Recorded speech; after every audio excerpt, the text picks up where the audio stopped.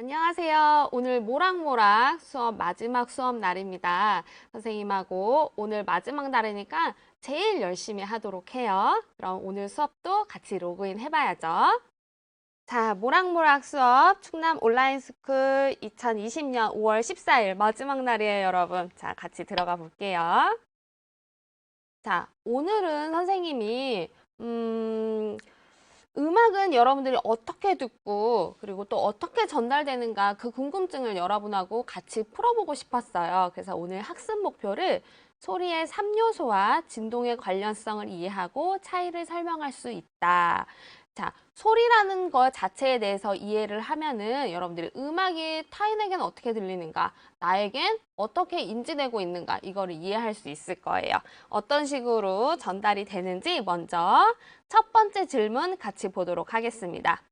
소리는 무엇으로 전달이 되는가? 자, 화면을 보시면 물체가 종이 띠링띠링띠링 하고 딸랑딸랑 하고 울려요. 그러면 지금 눈에는 보이진 않지만 이 주변, 우리를 둘러싸고 있는 이 공기가 파도처럼 움직이고 있습니다. 이 파도처럼 움직이는 공기가 여러분들의 귓바퀴에 모여서 이것이 고막 안으로 전달이 되는 거예요. 눈에는 보이지 않지만 공기가 움직여서 파도처럼 움직여서 사람 귀에, 귓바퀴에 모아져서 귀 안으로 전달된다는 거. 자, 그러면 정리를 해볼게요. 소리는 공기의 진동에 의해서 전달이 된다. 소리는 공기의 진동에 의해서 전달이 된다는 거. 자, 그러면 공기가 없는 우주에서는 소리가 전달이 될 수 있을까요? 여러분 한번 고민을 해봅시다. 이렇게 우주복을 입고 우주에 나가게 되는데 이때는 소리가 전달이 될 수 있을까요? 그렇죠. 공기라는 매체, 매질이 없기 때문에 우주에서는 소리가 전달이 될 수 없습니다. 전기 신호를 이용을 해서 서로 소통을 하게 되죠.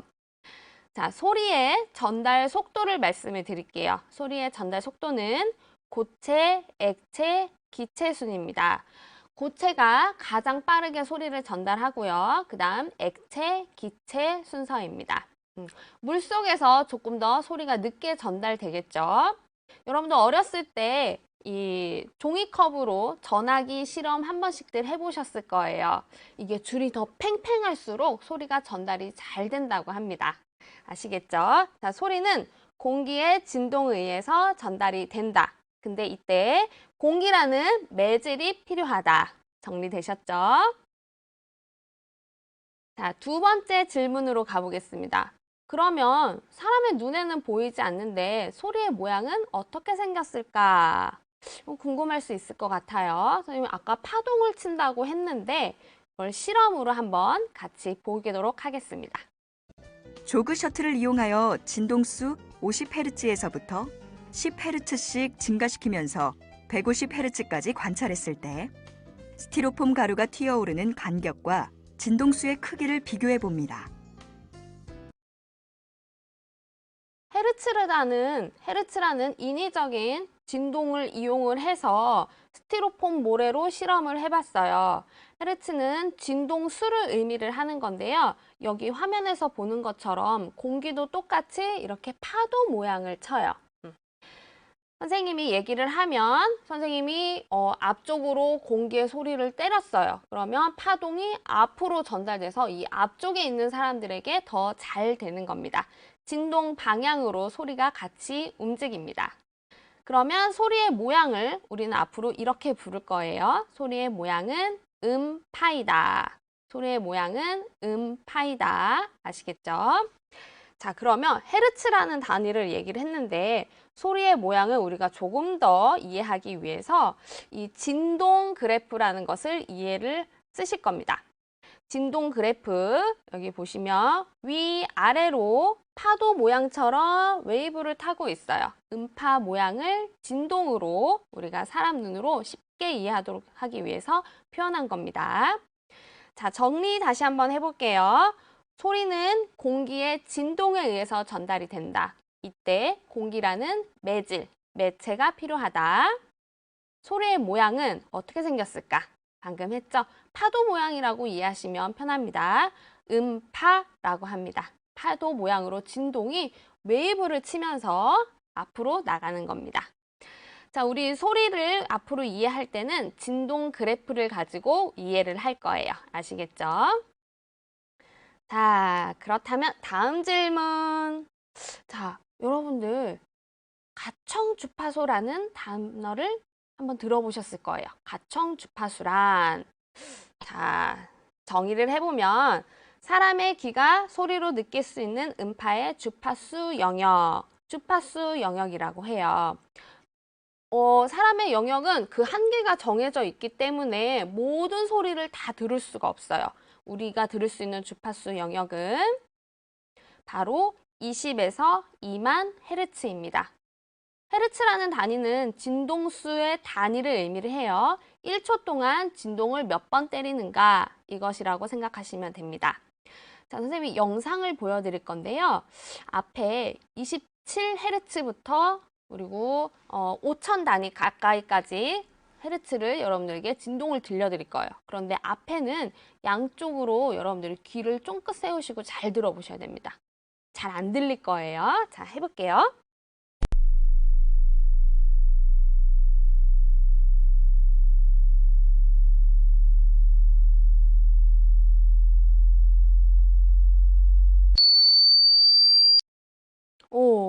여러분 방금 5000 주파수까지 같이 올라갈 때는 깜짝 놀랐죠? 막 삐 하고 때려서 이런 소리 나오면 막 평소에 깜짝 놀라잖아요.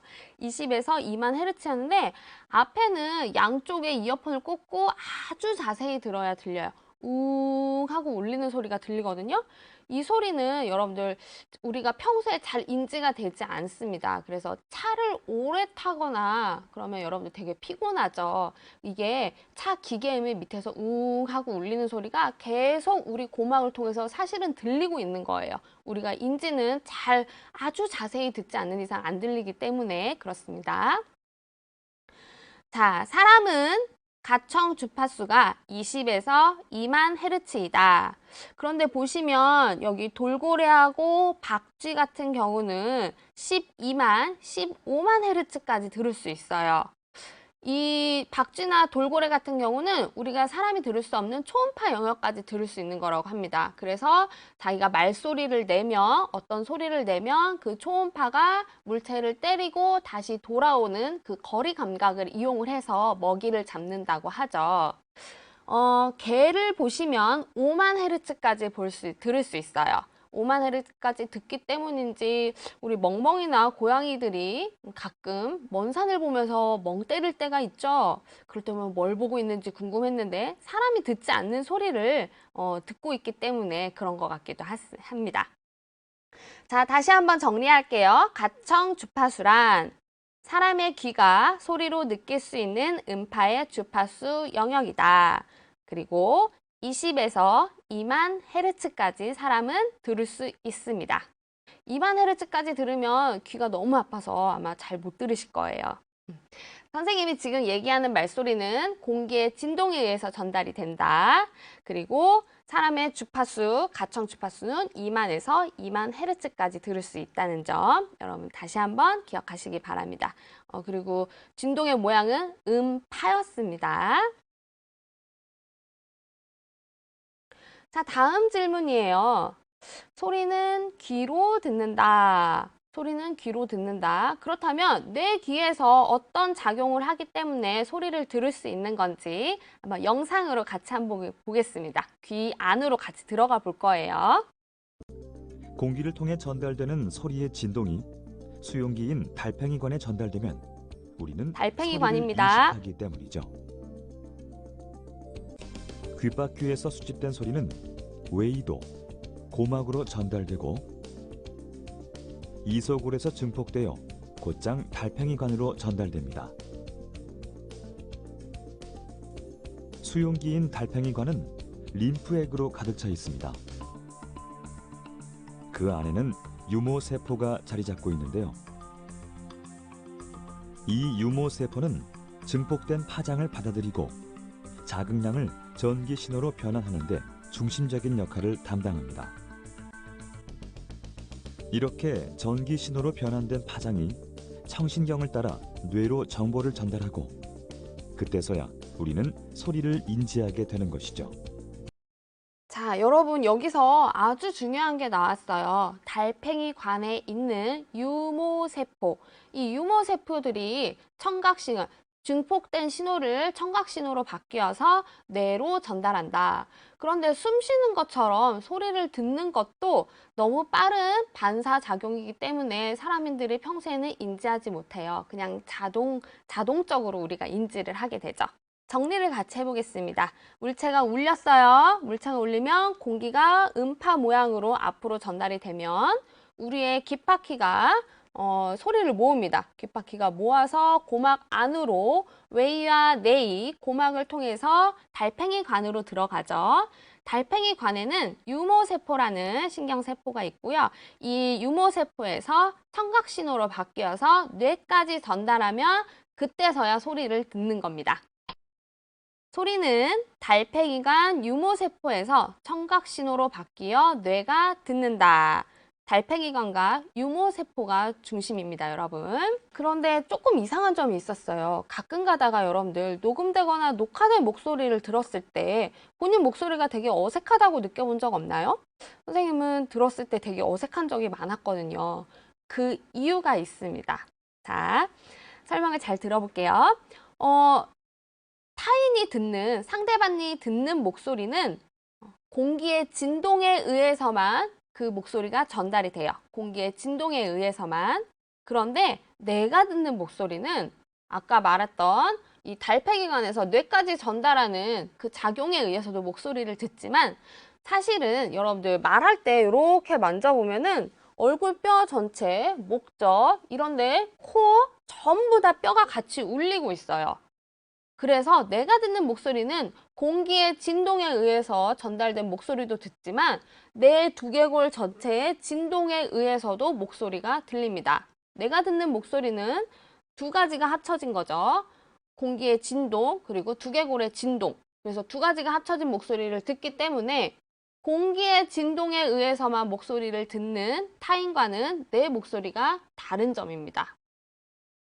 자, 두개골 진동으로도 사람의 목소리를 듣는다. 녹음되고 녹화된 목소리가 다른 이유가 그거예요. 내 몸 전체가 울리고 있다는 거, 그리고 공기의 진동도 같이 듣고 있다는 거. 이 점이 차이점입니다. 자, 그럼 소리 자체에 대한, 소리를 어떻게 듣는지에 대한 궁금증을 풀어보았는데요. 소리가 음악과는 어떻게 관련이 되어 있는지 지금부터 풀어보도록 하겠습니다.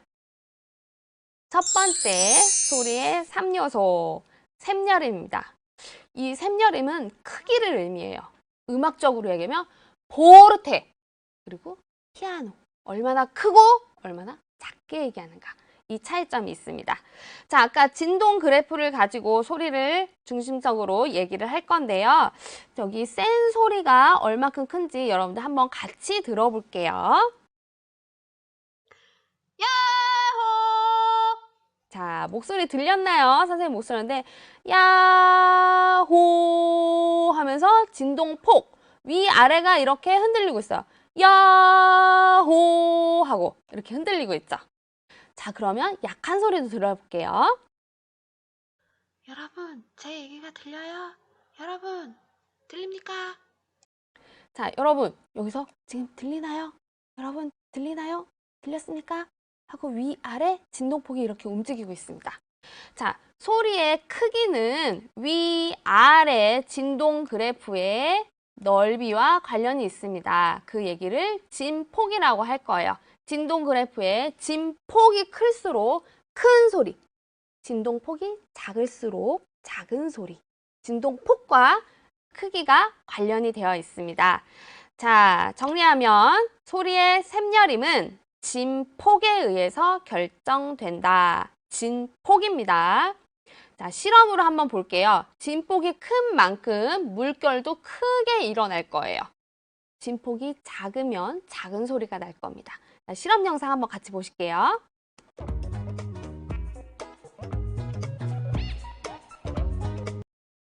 자, 어느 쪽이 더 큰 소리겠죠, 여러분? 왼쪽일까요? 오른쪽일까요? 그렇죠. 바로 오른쪽이죠. 다시 한번 볼게요.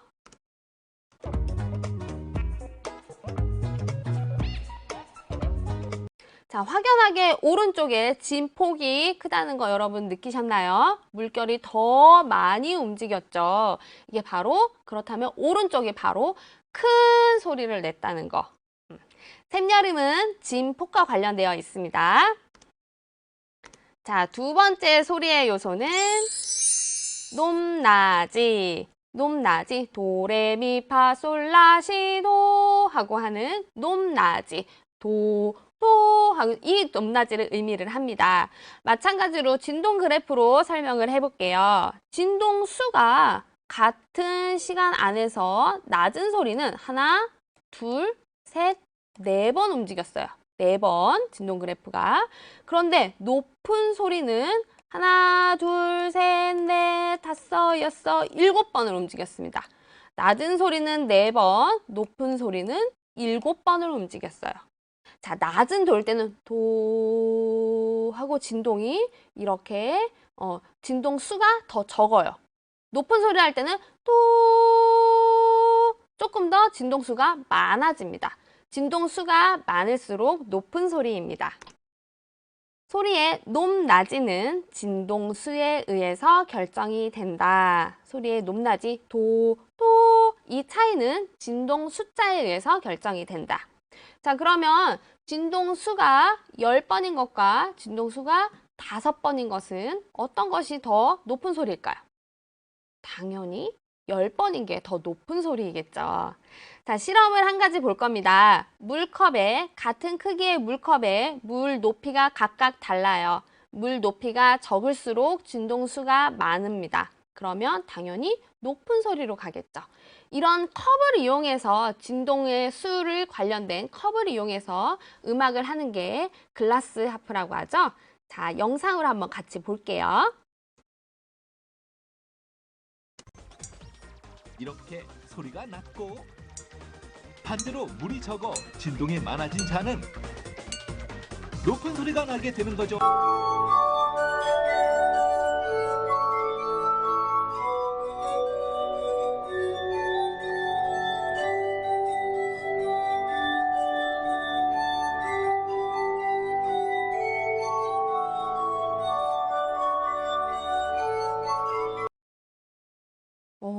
매우 아름다운 소리가 나죠. 여러분, 저는 이것도 한번 시간이 기회가 된다면 여러분하고 같이 해보고 싶은 활동이에요. 자, 다시 한번 보겠습니다. 여러분, 컵에서 사람 목소리에 의해서 컵을 깨트리는 것도 한번 본 적이 있을 거예요. 이런 실험 현상. 그런데 이게 가능합니다. 조작에 의해서 한 것이 아니고요. 사실은 가능해요. 컵의 안에 든 이 물의 진동수를 같은 수로 맞춰주면 그 어느 순간 딱 맞아졌을 때 컵이 깨집니다. 이게 진동수가 똑같아져서 공면 현상을 일으킨 거예요. 공면 현상을 일으켜서 컵이 깨진 겁니다. 자, 소리의 높낮이는 진동수와 관련이 있다. 자, 소리의 크기는 소리의 진폭과 위아래 진폭과 관련이 있고요. 높낮이는 진동의 개수와 관련이 있습니다. 자, 마지막입니다. 소리의 3요소 중 음색. 색깔이 다르다는 거는 누구나 가진 소리가 다르다는 거를 의미를 해요. 제 목소리와 여러분 각각의 목소리가 다 다르죠? 그리고 이 물체들, 그리고 멍멍이들, 고양이들 다 목소리가 다르죠. 이것을 바로 음색이라고 하는데요. 음색은 모두가 이 지구상에서 같은 사람이 아무도 없습니다. 음색을 결정하는 것은 바로 진동의 모양에 의해서 결정이 된다. 진동의 모양, 음색은 진동의 모양에 의해서 결정이 된다. 그렇다면 당연하게 고른음을 가진 악기들은 고른 파장을 보이겠고요. 타악기처럼 이렇게 때리는 악기들은 그 파장이 조금 더 불규칙한 모양을 가지겠죠. 그리고 이 음색을 이용해서 성문, 지문이 각각 또 다르잖아요. 음색도 각각 다르다고 말했습니다. 그 모양이. 그래서 이 성문을 이용해서 범인을 검거한다고도 합니다. 그놈 목소리라는 영화도 있죠. 성문 분석을 통해서 범인을 검거하기도 한대요. 그러면 진동에 의해서 어떤 파장, 어떤 모양을 나오는지 한번 영상으로 같이 볼게요.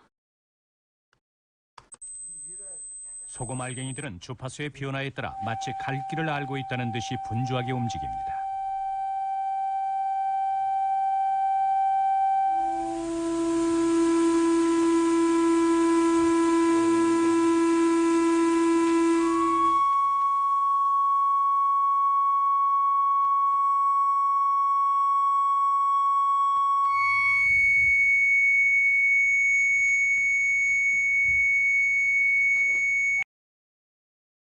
이렇게 알갱이가 움직인 것처럼 사람 목소리도 다른 모양을 가지고 있는 겁니다, 여러분.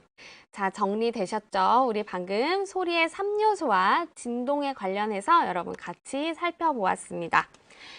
자, 그럼 정리를 한번 해볼게요. 첫 번째였죠. 소리의 크기. 소리의 샘여림은 진동의 이것에 의해서 결정이 된다. 진동의 이것에 의해서 결정이 된다. 뭐였죠? 진동폭이었죠. 위아래 진동폭을 의미합니다. 진동폭이 클수록 큰 소리, 진동폭이 작을수록 작은 소리. 잊지 마세요. 자, 두 번째. 선생님 지금 높게 얘기하고 낮게 얘기하고 있어요. 높낮이는 무엇과 관련된다? 높낮이는 진동의 숫자와 관련이 된다. 진동 숫자와 관련이 된다. 자, 마지막입니다. 사람 목소리가 각각 다르다고 했죠. 누구든지 소리의 음색은 진동의 이것에 의해서 결정이 된다. 진동의 오양에 의해서 결정이 된다. 어렵지 않죠, 여러분?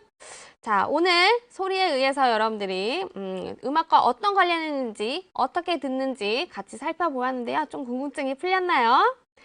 자, 오늘 과제는요. 소리와 진동 퀴즈 풀어보기. 두 번째, 소음과 음악의 차이는 무엇일까? 이것도 분명히 하셔야 돼요. 그래서 층간소음도 없애고 타인을 배려할 수 있어야 되겠죠.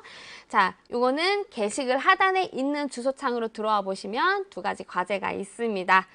자, 오늘 수업은 여기까지이고요. 여러분들 우리 건강하게 이제 곧 학교에서 같이 만나겠습니다. 모두 너무 수고했어요. 안녕.